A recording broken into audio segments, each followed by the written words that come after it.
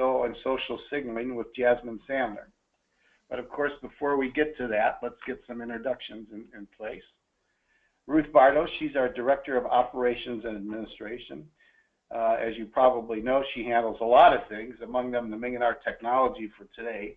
She coordinates the questions and answers at the end, so you'll be hearing from her then. And of course, she archives the MENG. So if you want to go back to part 1, boom, it's in the archives. And I'm Jim, Program Director. I handle the MENG series, and as I always say, your suggestions are very welcome, often followed.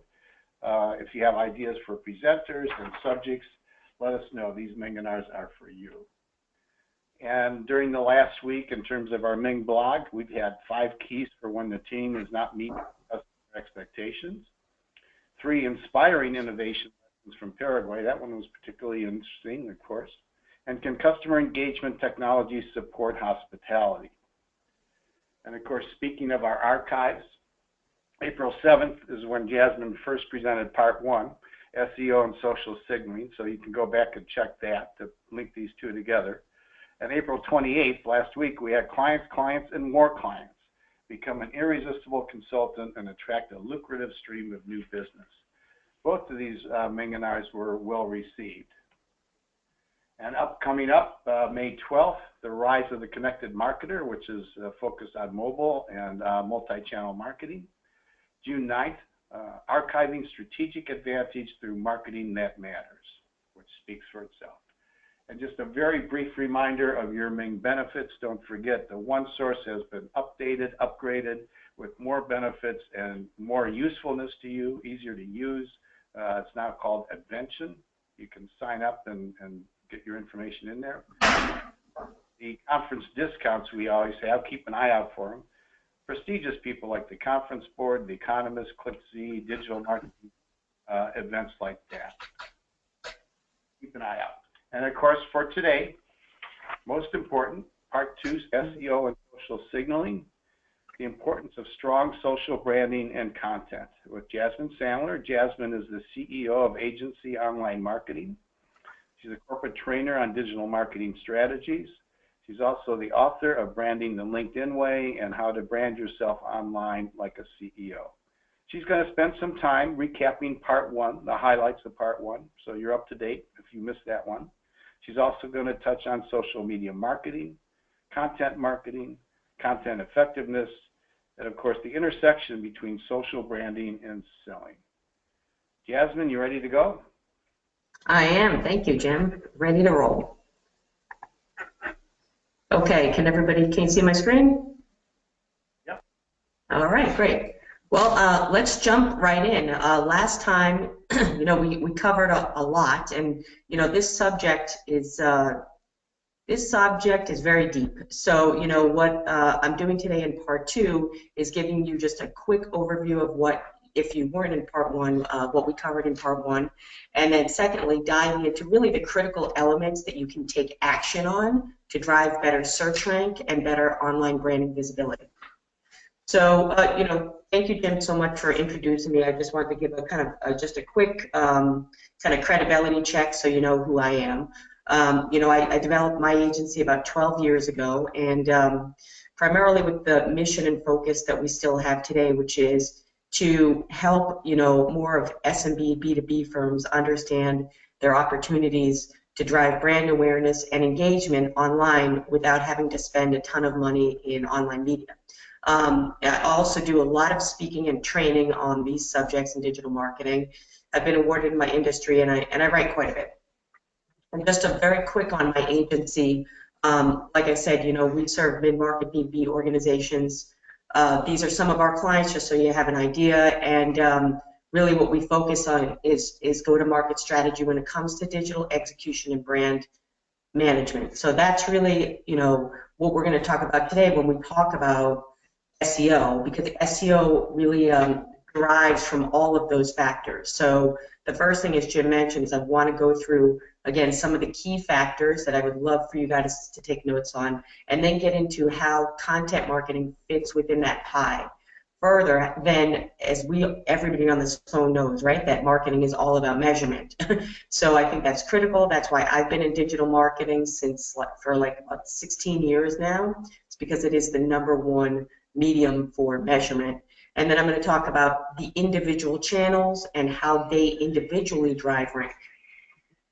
So again, a snapshot of what I covered in part 1. There's really what I call 5 main factors that affect how your site ranks in search for the keywords that you really want to own as a market position. And just to break these down, #1 is technical, right? So there's over 100 on-site factors, of which we don't have the time to go through all of them today, but I'll just touch on them. And that's really how your site has been developed, first and foremost. And a lot of companies, it's how it's been redeveloped. It's how you utilize platforms, like whether you are e-commerce or you're corporate or you have a publishing or social network site. It's how that was built and how that's optimized. Secondly, in our world today, it used to be called, just backlinks or sites linking back to your website, referring to your website. Now that world has changed, and that's more based on what we call in our world authority, trust, citation, relevance. Thirdly, and this I really want to spend a little bit more time on today than I did in part 1, is the importance of content, the importance of online PR, the importance of building a brand and delivering that brand through thought leadership-based content. Next would be your on-site user experience.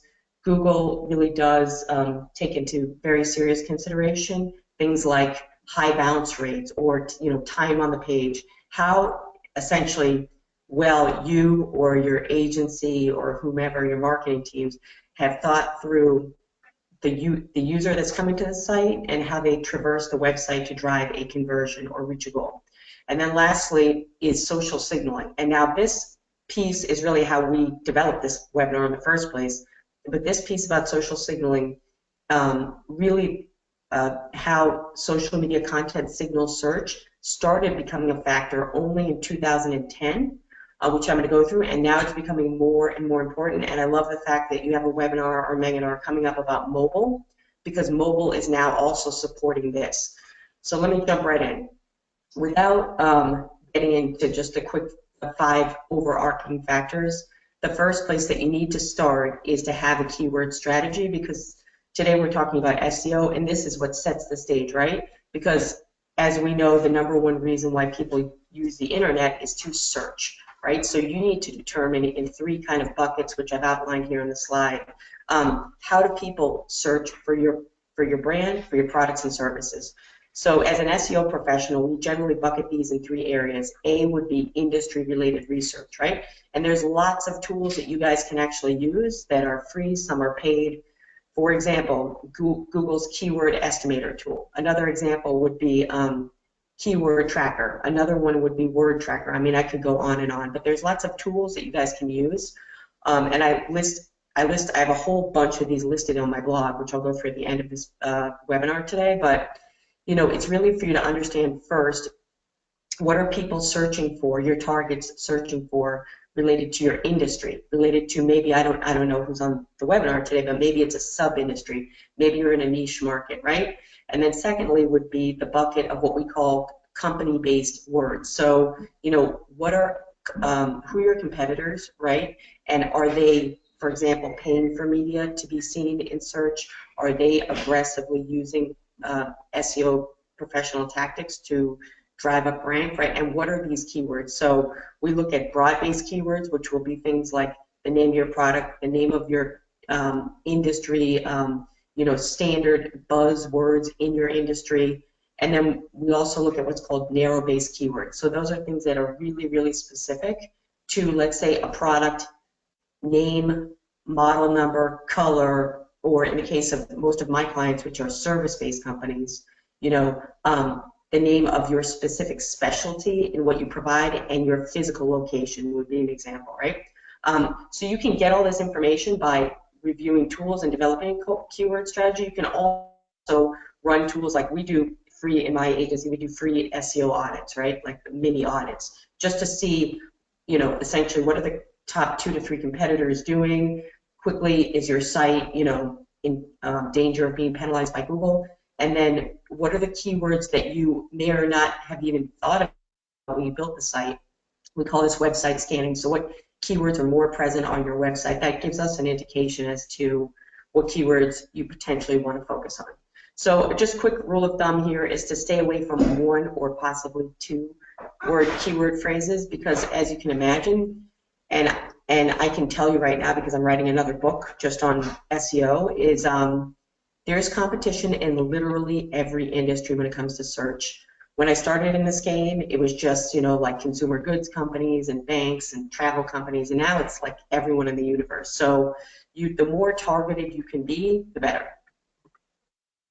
Once you have set that stage, that's when the 5 factors come into play. So number 1, as I mentioned, is on-site. This generally is smart for you to have someone that is either, an SEO developer, really, I would tell you, or at least an advanced developer to assess whether your website has any errors on it. And this here kind of lists some of these errors, but things like coding, content placement, proper submission of your sitemap, which is, to me, is kind of basic stuff that a lot of sites miss out on. Proper link structure, user behavior, and user conversion, all of those things I would personally put into one very important bucket. And without getting technical here, something that you can actually do as marketers, that I do as a marketer, is assess that user experience really, really deeply in terms of when they come to the site, what does, based on our research of that target, what do we need to provide to them, right? What types of content, how deep do we need to provide maybe explanations, how much education, when we talk about content, it's a lot about education, so how much education do we need to provide up front, and what is what I call, like that traditional marketing buying cycle, and how do we match that to our user experience. That has, for me as an SEO professional, has everything to do with this link structure, because then from that you have this kind of map, right? And the map will indicate to the user where you want he or she to go on the website. The optimization of your on-site, your website is the first place as SEO professionals. This is the first piece. And so if your site is not ranking well, or maybe you run an analysis and you're like, geez, we're not ranking as high as our competitors, a good place to start is to have just a simple, mini kind of audit thing. We also do deep audits, but really to look at, is the site optimized from a development standpoint? The second piece of that is communications related. So in terms of on-site, is making sure that your content on the site is optimized. Things like metadata information, which, as you can see here on the slide, will support the display of keywords and content when somebody runs a query. So essentially, that content that's in the search engine result is pulling from specific metadata. So it's important that that is looked at based on a keyword strategy, as well as a number of other communication-based factors, such as title tags, so the title of the page, alt tags, anchor tags, so alt tag, and I'm going to get into this shortly, but how well your images, your videos have been optimized for supportive keywords, because search engines can't crawl image content, so that's why maybe if you know a little bit about SEO, you'll know that flash-heavy sites or image-based sites tend to be traditionally kind of frowned upon, right? So the way that we support this is we'll optimize content, image-based content. How your content is placed so that it gets visibility, again, that's directly related to bounce rate. Keyword density, so a lot of poor SEO practices which have been penalized, or unprofessional ethics in SEO are about stuffing keywords. You may have heard that term before. So it's important that you use your keywords related to how the user reads, more than just looking at how much you want to stuff the search engines with keywords. And additional pages of content. So as I mentioned, the first place that you want to look for optimization is on-site, but it is not just a one-time effort. As you get in the world of SEO and signaling and all these other factors, please understand that your website is a living and breathing thing. It's dynamic. So we look to have the site provide ongoing content, like the MENG Blog is a good example, right? It's not like something that's static. It's, Jim and the team are constantly providing content on the MENG Blog, probably constantly providing things like new events and new pages to the website. This is what keeps the juices pulling from Google around their targeted keywords. The next thing is about link building.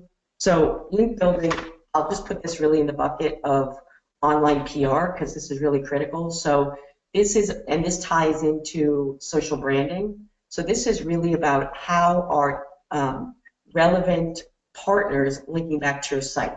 So this will be things like, for example, I'll just go to the MENG Blog because you all know it, right? So I write on the MENG Blog, and then perhaps that authorship links back to my website, right? That's a quality link, and it's related to the industry that I'm in, the industry that MENG's in, marketing, education, for example, right? If we take that to another level, we will say that if you want to be aggressive about link building, it's about making what we call manual relationships or friends with online publishers and bloggers in your industry. So this is really about understanding, who are the bloggers of influence, who are the editors of influence, who are maybe, if you're a product-based company, retailers or distributors of your product, let's say, that can list or provide your information or your company's information as a resource on their site to link back to your site. And these are very simple examples, but when we talk about quality link building, it's not about just placing links in any directory. It's really about the quality, and it's really about having a strategy for creating relationships on the web. So online PR is something that my agency's been involved with since I started it, and it's really now finally becoming a critical piece of SEO rank. So if you look at, and these to me are very much all marketing tactics anyway, right? So if you look at some of the tactics here on this slide, these are the types of things like MENG is doing with the blog. Today we're doing with the webinar, right? Which will then be recorded and it'll be distributed. It's a perfect example of a way that MENG can use content to drive engagement and leadership, right? And that's what you guys need to start thinking about when you think about, okay, SEO, yes, part of it's technical, but there's this huge piece that's related to content and content marketing strategy. So as you think about how can my company perhaps utilize online PR as a way to positively affect rank, you want to think about effective strategies, tactics, and measurement tools around these types of online PR content, from blogs to multimedia press releases. Video is huge, right? Podcasts, webcasts, webinars, and so forth. The next piece that I want to talk about, which I mentioned up front, is this website user experience, right? So it's not so much today that, it used to be that we had disparate SEO teams and web design teams, right? Because I've been in this world a long time. Now we kind of all sit together because all of this works together. What that means is if you have a keyword strategy, that keyword strategy needs to be talked about with the person that's writing the web copy, talked about with the person that's actually designing the site, with the person that's developing the site. Why? Because all of these things work together so that if you have one overarching strategy as you build the site as a project, then you have a better opportunity to drive consistency and have well-trafficked user paths. At the end of the day, what that means is lower bounce rates, more engagements, more repeat visitors to your website, and proper what we call social media optimization.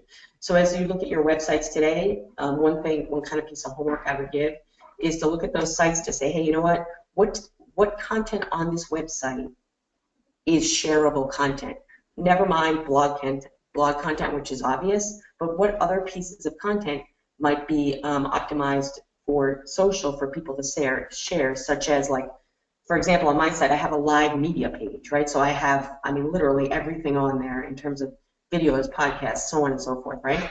So I make those pieces of content shareable. They might be old content, but if they're what we call evergreen, meaning it can be used in the future, that content can be shared and utilized, as an educational piece. So that's something that you really do want to think about. Why? Because that will drive people back to your site once they visit it one time. Okay, so now I want to focus on really on content, because again, this is kind of the key of talking about this webinar, because we're going to then talk about social media. And social media is the distribution point for this content, right? So with content, there's two pieces on it, right? So one piece is having your website, having pages of good, relevant, useful, high quality content that's supported by natural conversations, right? Natural content stems from thought leadership, right? Again, I'm going to talk about MENG because you're all MENG members. So if I look at the MENG blog and I look at the authors and I look at the content, that content has everything to do with MENG's mission and what they provide, right? So that makes a lot of sense. The content needs to be updated often because what happens is, as I mentioned a few slides ago, search is very competitive, right? So being that it's very competitive, if you're not constantly updating your content on your website, you have, you know, unfortunately, you're going to slip back in rank. That's why as an SEO agency person, you know, we always talk about the fact that, hey, you know what, SEO isn't something that you just start and stop or invest in for a month and then walk away from it. Unfortunately, it's an ongoing marketing practice, right? So the same thing goes with updating your content. I wanted to show you guys kind of visually an example, just a snapshot of kind of a editorial calendar or content planning calendar that you know, that I kind of share with my clients in terms of how you can take, okay, I have the strategy in my head for thought leadership and content. Now how do I make it actionable and measurable, because otherwise it doesn't do anything, right? So, you know, I generally tend to think in terms of months and then break that down into weeks.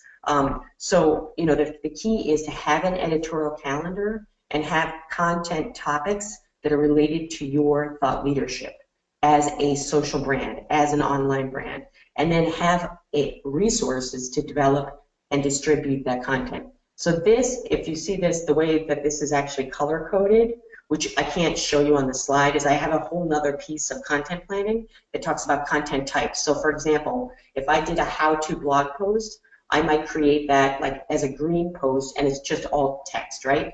I might take that how-to, and let's say it's about productivity, and I might make that into an infographic, right? That would be blue. If I wanted to get, let's say I worked for a company and I wanted to get my CEO on a video, then that video might be, you know, something like a color-coded purple. So that's the reason for kind of the color coding on here. I know that sometimes comes up as a question, but what's really important is to think like a magazine editor when you're thinking about content. It's what topics do I want to own, how can I contribute, and how does it support at the end of the day, right, the buying cycle of my client.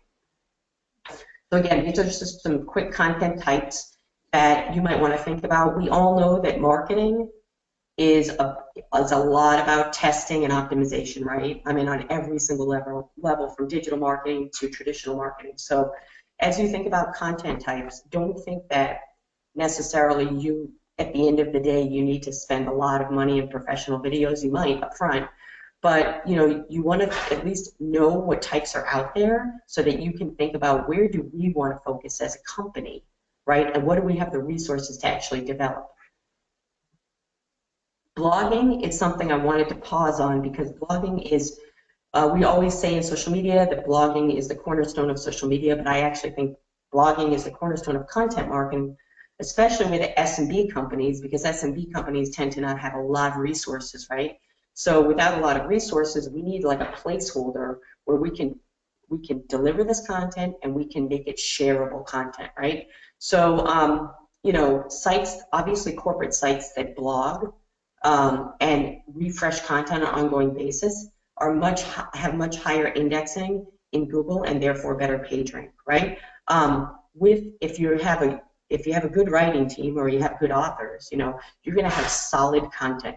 So I just want to show you just a quick example of an optimized blog post that I have on my blog that talks about, you know, LinkedIn, which is what a lot of what I write about, LinkedIn selling, LinkedIn marketing, whatever. So it talks about a specific event, but it talks about the subject of LinkedIn, what I do in the class, right? It has an image that has an alt tag on it, right? It has anchor text that links back to LinkedIn, so it's keeping it relevant, right? I have, if you can see on the slide of this, on the right side of this, when you set up your blog, right, as I mentioned, thinking like a magazine editor, you want to set up your categories like those topics or categories that you're going to pretty much own. The other thing that's really important about blogging is to think about having a focused keyword for each blog post. That's critical. So that's why I kind of highlighted that LinkedIn to win. That's a keyword that I write a lot about. The other thing is setting yourself up in blogging for tags. So tagging out to content that you use as a resource, like if I, in this article, if I link to, I think this was for General Assembly or something, right? So General Assembly is where, the class was being hosted, so I would link out to General Assembly. I'm talking about the LinkedIn subscription models, right? So I would link out to LinkedIn. Those would be examples of tags. So anyway, blogging is really important. If you don't have a blog strategy, if you don't have authors and you want to build thought leadership on the web, you really do need to actually start thinking about this, because this is really important. Once that content is developed, the question is, as we talk about signaling, right? It's about how do we share this content and where do we share it, right? So I just wanted to give you just a very quick snapshot of where, what these social networks really are intended for. Every social network works differently in some way, otherwise they would all be the same, right? So that's why a big piece of SEO success is social media strategy. So just quickly, LinkedIn is really about sharing referrals, providing education. Everyone on this call, I know, has a LinkedIn profile and is probably engaged in LinkedIn, right? It's very important for B2B marketing. It's very important for marketing. Facebook is more about personal sharing, where Instagram, Pinterest, Snapchat, it's about image sharing and telling stories through images. Whereas Twitter is, a micro-blogging tool, and it's really intended for news sharing, Tumblr, blog sharing, YouTube video, and so forth. So just so you have an idea, because once you start having a content strategy to support search, you have social media support, you want your social media support to write copy and deliver your content in such a way that it supports these individual networks. That's really, really important. That's when you get deeper into real social media strategy. And then how do you measure content success? Because believe me, this stuff that I'm talking about is a lot of work. So to measure success is actually, you can do this easily. That's what's great about the web, is you have all these tools. All the social tools themselves provide you with sophisticated analytics. There's social media tools and monitoring, measurement, and management tools like Hootsuite, Viral Heat, and many, many, many other tools that can help you to measure the success. So as we think about how are we measuring success, we look at it in a number of ways in a continuum, right? So we look at reach. That's kind of like obviously number one, and you guys all know as marketing executives, things like impressions, right? So if we said our goal is an impression and we just want to see if this content can reach an audience, maybe we want to test, let's say, organic content versus, let's say, a sponsored post in LinkedIn. We might want to do some A/B testing or varying content and define, which is great about all these tools, you can do hyper-targeted advertising to specific titles, industries, location, and so forth. So therefore, we can start to assess how we're reaching, right? Is it driving up volumes, right? In terms of what I call lightweight social analytics, likes, right? Building up followers in Twitter and so forth. Then a step two would be, actually, are they acting on this content, right? So we measure that in terms of page engagement rate, which is critical. I talk about this a lot because this is really important. Bounce rate, right? Are people coming to the site? How long are they on the site? How long are they on the page? Are they referring that content to somebody else? Are they sharing that content? Are they commenting, right? Anybody, and I'm sure that Jim can attest to this, right? Anybody that's a publisher knows the importance of generating discussions and content, and comments rather. Then from that point, we look at conversion, right? And this is a big, buzzword, but it's really about, have we set up conversion correctly, and are we driving the right people there? So we assess this in terms of lead signups, subscriptions to email, and so forth. And then finally, the last piece, and this is what you'll hear a lot of when you hear about content marketing strategy, is engagement, right? So is our content driving engagement? Well, if it has the proper strategy, you know who your audience is, and you're testing content on a continual basis, I will tell you right now that you will start to see better engagement rates, but it does take mindful practice. So as I mentioned, this social signaling, right, as a factor of search really only started to take effect in 2010. Matt Cutts, who I have pictured here, he's the head of Google's web spam team. He kind of made this announcement back in 2010, and now it's becoming more and more important, is that reputation and the quality in social media is the noise that they're measuring, right? So they're looking for influencers, they're looking for thought leaders, they're looking for credibilities of authorship, they're looking for proper commenting and client testimonials. So as you think about the content that you're putting out there, are you supporting these keys? And really, the social media plus, look, SEO, what I call version point one, is like, it's now the new SEO, where online PR, which was in the back burner back in the day when I started in SEO, is now in front, right? Blogs really are leading to inbound link increase. User-generated content, which has always been important when we talk about social media, is becoming really a much more important factor than it ever has. Just to make a quick analogy, if you think about sites like Twitter, right, where influencers and bloggers are leading the news versus the way it used to be, which was the media were more of the broadcasters, right? That's how you want to start to think about content, thought leadership online, and driving visibility. Social bookmarking, right? Or what we call social bookmarking in news sites, as well as like sub-communities. You might be involved with sites like Quora, for example, like Q&A sites or discussion boards in your industry, or sub-groups, let's say, of the 3 million groups on LinkedIn, or social bookmarking sites like Reddit. These are where the sub kind of communities and targeted interest groups are, and what is happening there is signaling back to search that, hey, this content is authentic. So you can see this. You can see this SEO, SMO, which is social media optimization convergence, right at every level of search, from basic search to narrow-based search to what we call real-time search in Google to social search, right? So it's there, so it's coming together. So that's why it's really critical that you start to think more broadly about SEO.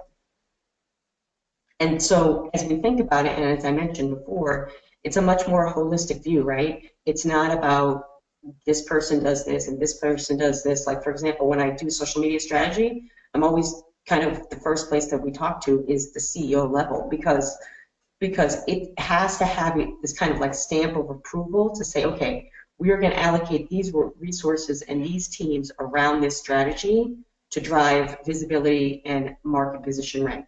So it's kind of this whole thing working together rather than, how it used to be IT versus marketing, right? And having a real strategy is what makes a difference between the companies that succeed and the companies that fail in SEO.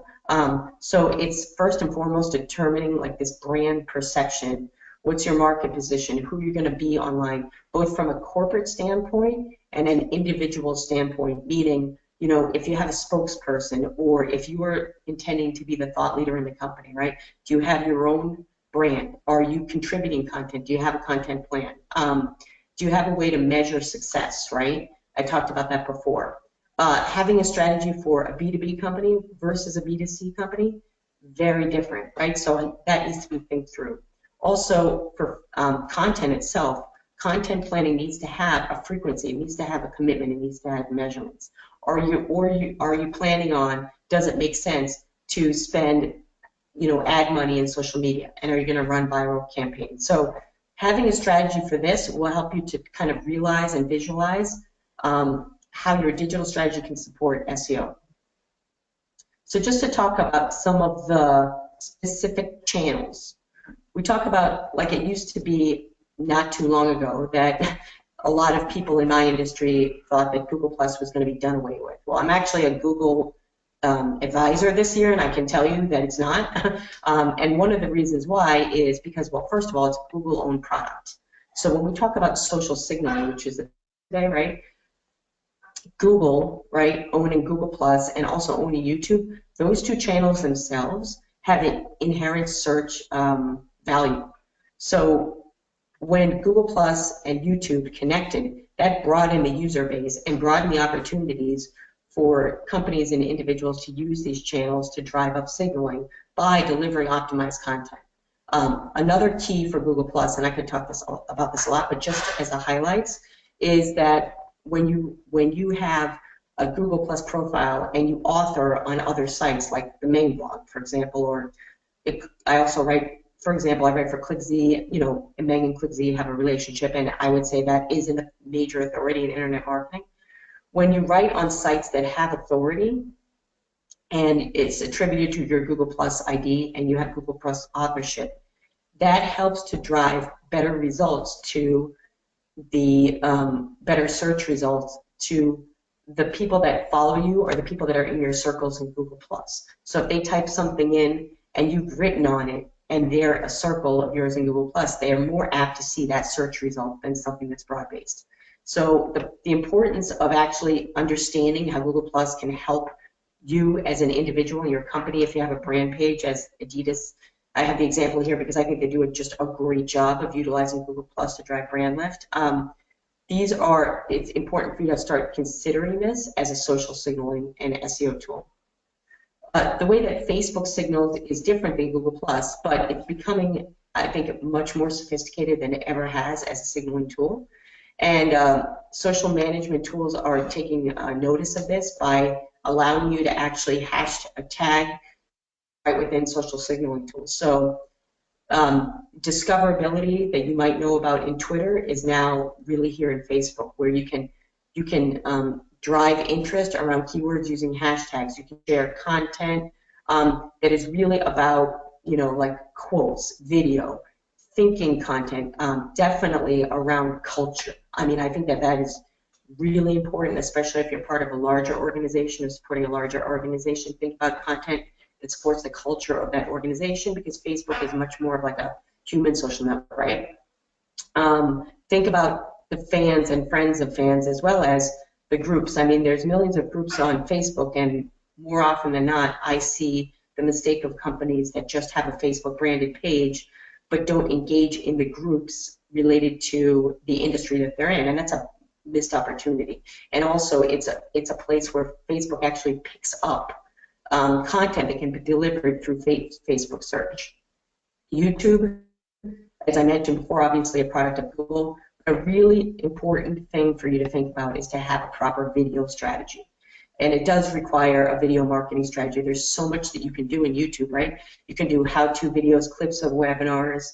You can do funny campaigns, right?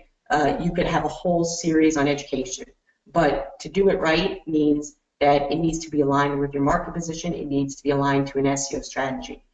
So I just kind of gave you a quick example here and some tips for you to think about in terms of character limit on title, having targeted keyword phrase in your title, in your description, tagging it appropriately, and just some on the block on the bottom here, you know, just some tips for you to always think about when you're posting to YouTube. Twitter, you know, Twitter search index, I think it was back in like 2013 or 14, I can't remember right now, but that was about the time that this social signaling really started to increase as a factor in Google and in search overall, because Twitter's search algorithm is something that Google and the other major search engines really take into context as they write their rules around search algorithms. So it's a direct signal to Google, as well as, like you might notice, and I'll get into this, but LinkedIn profile pages. So Twitter signaling is important. Twitter, as are the other social networks, should be viewed as a daily practice if you're really looking to drive up brand, both on the company side and the executive side.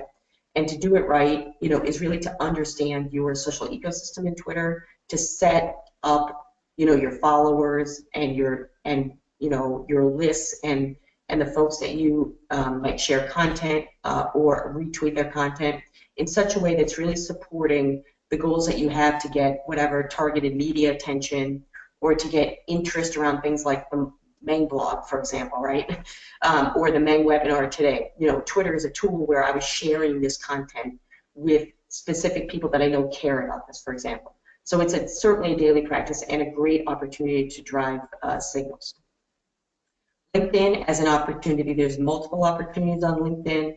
LinkedIn, if you're using it correctly, you know, you have obviously a proper what they call all-star profile, right? So it's completed, it's written in the areas of of the goals that you want to focus on as an individual, supporting your organization, supporting thought leadership. It's dynamic, it's developed, it's refreshed, right? You're writing content on the LinkedIn long-form blog posts with targeted keywords, and again, driving back to thinking like a magazine editor, right? So the point is, with LinkedIn, there's lots of opportunities for you to get engaged, build a network, and drive social signaling. Just know something that's really important here, and I do this in LinkedIn training, but what's really important here is like just some quick homework, is to first look at your skills and assess whether those skills on LinkedIn, at least your top 10, really align to your personal goals and to your intended market position as a marketing professional. If you own a company or you have clients, it's important that you look at their LinkedIn company pages and make sure that they are set up and optimized. So LinkedIn, and especially around the individual profile, is definitely an important signal to search. So I would say if you are not contributing to LinkedIn on a daily basis as a B2B marketer especially, it's definitely something you should consider. And I mentioned the company signaling. You know, with the company pages, they've become much more advanced than they ever have been in terms of delivering, you know, videos within the company pages, headline graphics, getting your employees, which is a no-brainer, to follow your LinkedIn company pages, contributing blog content, news content, updating jobs, right? All of this stuff is important when it comes to search indexing within LinkedIn. So it's important that you think about that. Pinterest is another one. Again, the visual networks or image-based social networks are more important today, and they will continue to be more important than they ever have been. Pinterest, Instagram, Snapchat, so on and so forth, right? So the way that these networks support signaling is really about optimizing image-based content. So just some examples is using top keywords in your product or service title, using hashtags to categorize subjects. You could definitely take a look at Pinterest if you don't use it quite a bit, and look at some of the more followed, you know, Pinterest boards and companies. Like some of the bigger fashion companies do a really good job of optimizing their content, sharing their content, and making their channel there a discovery board, which is really what Pinterest is all about. And the last piece I would say is to include a website URL on all your products or services within your pins. Social bookmarking, right? So I kind of mentioned this, but it's not just about creating this content and putting in the social networks. It's a lot about sharing the content, not only on other social networks, but social bookmarking sites. So, you know, some just simple things that you can do is making sure that on your blog that you have social sharing buttons that include social bookmarking. That you have your social media team, social media manager, or agency has it in their practice to get engaged in these sub-communities, because it makes the content sharing easier and helps the signal search. So just some quick keys on using social for SEO, just some, you know, important takeaways for you guys is number one would be to adapt, you know, your keywords in social profiles, right? So is like the About Us, go back to your social profile, in other words, and assess whether these, you know, the About Us or the, like, let's say just with Facebook, your long form description is supported. Add URLs and keywords to updates, encourage sharing, obviously retweets, be controversial, think about writing in segments, think about having a content plan that can be measured, and then focus on your blog as your central system for social media optimization.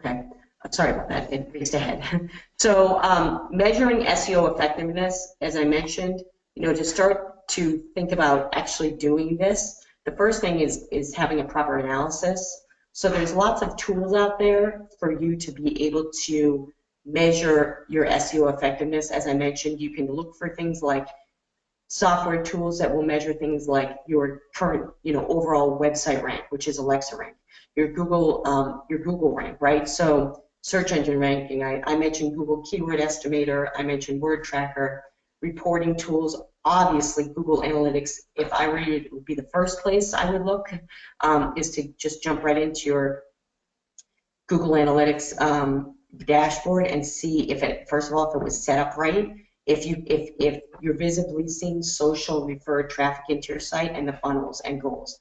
That's like the first place that I would recommend starting.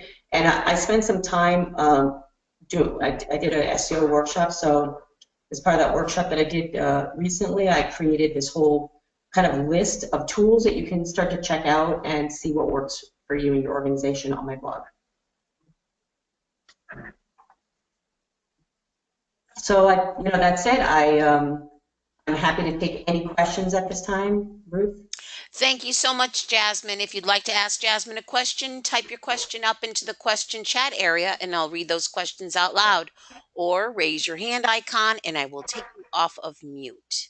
And while we wait for a first question, Jim, I know you have a couple questions handy. Yeah, Jasmine, just curious. I know that you mentioned that links are important, and I get that. Is there such a thing as Google goes through all these algorithms and stuff like that, as too many links, as long as they're all really, truly relevant? I mean, I had a blog post the other day that had 9 different links. Subject? Yes. What about subheads? They matter very much. Yeah, well, let me answer your first question first, Jim, and it actually is 2 questions. So I think what I'm getting from you is the first question is about having links within a blog post, right? And then the second, yeah, and is that the question, or is the question about backlinks? It's just within the blog post, right? In the blog post. Okay, right. So, yeah, so, the thing is, as far as blog posts and as far as writing, you really want, the point of having the blog post is for readability, right? Is to have people read the blog post and have, if you are relating to, for example, a fact, right? Or a trend in an industry, for example, or maybe a partnership or some related graphic or chart, if it's important that you link out to that resource, right? But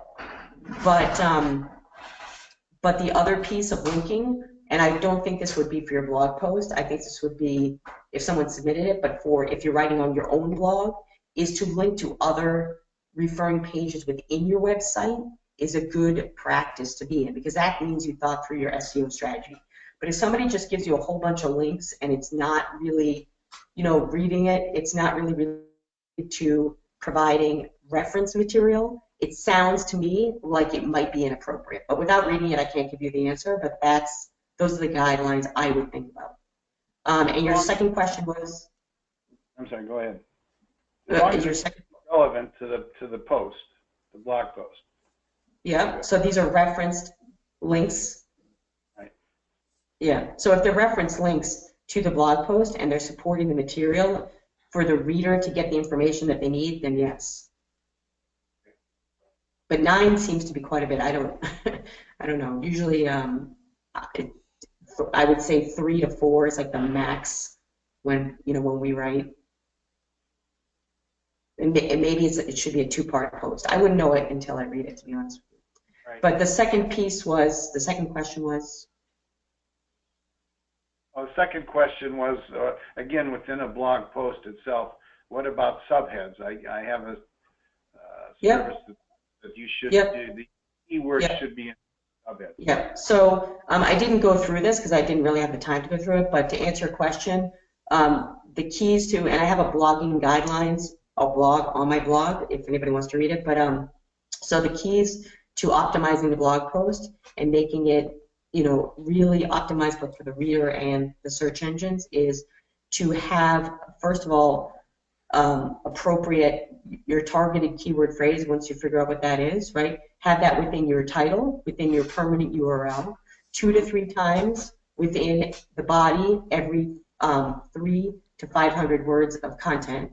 The other piece is to have properly utilized header tags, meaning H1, H2, and H3 tags. So H1 is your header tag, right? So for example, when we share a piece of content, right? So let's say I write a post and I share it. That shared description, let's say I share it to LinkedIn because that's where I do most of my work, right? So that shared description will come from your H1 tag, and it should be a summary of the blog post, right? It's like, why do I want to spend my time reading this? What's it all about, and what's in it for me? That's what's in that header tag, right? And then the H2, yes, it's very important because reading on the web versus reading in print is very different. So that's H2 tags should really provide the reader with a way to discern between the different paragraphs or blocks of content. So those would be your H2 tags. The other piece is if you go deeper, like let's say you write a whole, I don't know, but if you write a whole, you write a whole kind of subject within an H2 and you want to reference other pieces of that, like a subsection, then you would think about H3 tags, which gets deeper. Thank you. Mm-hmm. Thank you. And with that, we do have some questions. The first one is from Nicole. You mentioned writing in segments. Can you explain this in more detail? Can you just repeat that, please? Sure. She said, Nicole said you mentioned writing in segments. Can you explain that in more detail?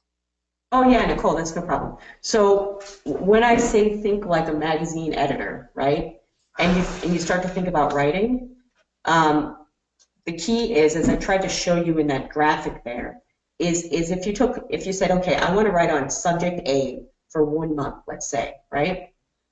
Then how am I going to write, like we're doing today, this is part 2, part 1, part 2, part 3, part 4, in terms of keeping the reader engaged to get on to the next post, because it's directly aligned to your target's buying cycle. To determine that would be, okay, how do I educate them on the basics? How do I educate them then on further content to advanced content? So that's specifically what I was talking about. Thank you. And the next question is from Marcy. How does evergreen content drive people back to the site? Can you provide an example? Sure, yeah. So evergreen content, what it's intended to do is when you're strategizing how you're going to write the content, that you're writing the content so it's not like, for example, an example of non-evergreen content would be, I recently had a client in sports, and anyway, so they write about like, here's what's happening in tonight's game, right? That's not evergreen content.